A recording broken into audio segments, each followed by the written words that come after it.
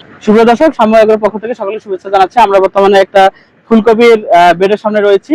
তো এটা হচ্ছে আগাম জাতের ফুলকপি। তো আমরা ফুলকপি কেন আগাম ভাবে চাষাবাদ করবো এই বিষয়ে আমরা একটু জানার চেষ্টা করবো।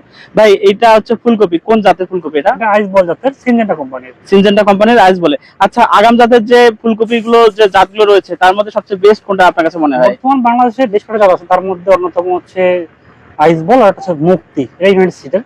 তবে আমরা যদি ওভারঅল চিন্তা করি, সবচেয়ে বেস্ট হচ্ছে সিনজেন্টা কোম্পানির আইস বল। আইস বল। আচ্ছা, এটা হচ্ছে আমরা কেন আগাম ভাবে চাষাবাদ করব? আমাদের যেহেতু বর্তমান ফুলকপি 4টা মৌসুম আছে, আগাম, মিডিল, মিডিলের মধ্যে আগাম মিড আছে, আবার লেট মিড আছে এবং লেট, 4টা মোড হচ্ছে ফুলকপির মৌসুম।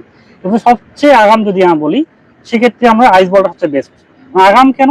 কারণ এই সময় যদি তাপমাত্রা হাই থাকে এবং বৃষ্টি হয়, অর্থাৎ একসাথে বৃষ্টি এবং রোদ দুইটাকে সহনীয় করতে পারে, সহ্য করে ফুলকপি দিতে পারে, একমাত্র সবচেয়ে বেস্ট হচ্ছে আইস বল।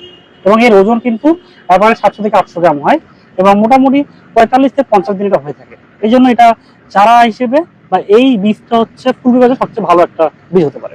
আচ্ছা, এই আজকে তো আপনার হচ্ছে জুন মাস চলছে, জুন মাসের একদম শেষের দিকে।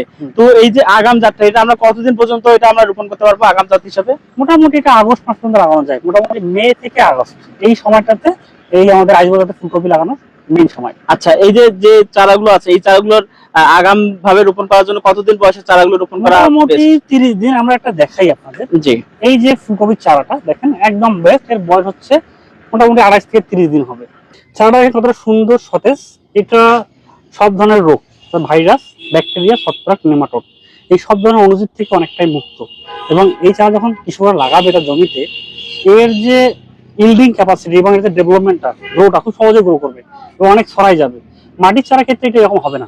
মাটির চারা সাথে কয়েক গুণ বেশি শক্তিশালী হয়ে এটা গাছটা বড় করবে এবং দ্রুত ফলন দিবে। মোটামুটি 45 থেকে 50 দিনের মধ্যেই বিক্রি উপযোগী হবে এই চারাগুলো। 45 থেকে 50 দিনের মধ্যে রোপণের। জি।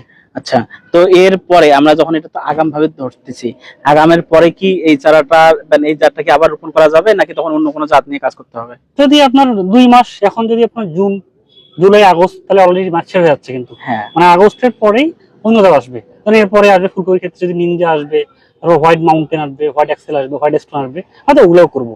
মানে এইটার মেয়াদটা হচ্ছে আগস্টের মধ্যে রোপণ শেষ করতে হবে, তখন অলরেডি বিক্রি উপযোগী হয়ে যাবে প্রোডাক্টটা।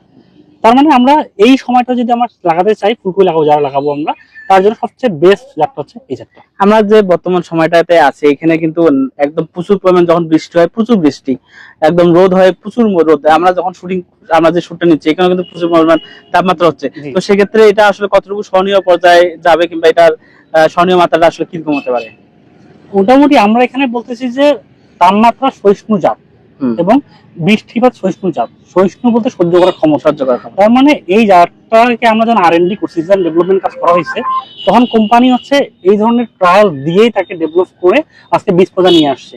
এবং যেহেতু সিনজেন্টা একটা বিশাল একটা প্রতিষ্ঠান, সারা তাদের একটা ব্রাঞ্চ আছে, ইন্ডাস্ট্রি তারা স্বীকৃত, এবং তাদের এই বীজটা মানে স্বনামধন্য। এবং বাংলাদেশের জন্য এই যে আপনার আইস বলের চেয়ে ভালো বীজ বাংলাদেশের ফুলকপির ক্ষেত্রে নাই। তাহলে আমরা অবশ্যই এটাকে আমরা বিশ্বাস করতে পারি এবং সেই বিশ্বাসকে ধরেই আমরা চারা করতেছি। এবং এই চারাকে আমরা কৃষকরা বলবো যে, যেহেতু আমরা এটা আজকে থেকে না, বছর বছর ধরে করে আসতেছি এবং কৃষক পর্যায়ে এটা ভালো একটা সুনাম কুড়িয়েছে, এরই প্রেক্ষিতে বলতে পারি আমরা আপনার নির্দ্বিধায় এই চারা নিতে পারেন। আচ্ছা, সুপ্রিয় দর্শক, আপনারা মোটামুটি এই আইস বল সম্পর্কে মোটামুটি একটা তথ্য পেলেন। তো আপনারা যারা ভাবছেন যে এখান থেকে ভালো প্রফিট করতে চাচ্ছেন, যে আগাম জাতের ফুলকপি চাষাবাদ করে, তারা চাইলে আইস বলের চারা নিতে পারেন। আমাদের স্ক্রিনে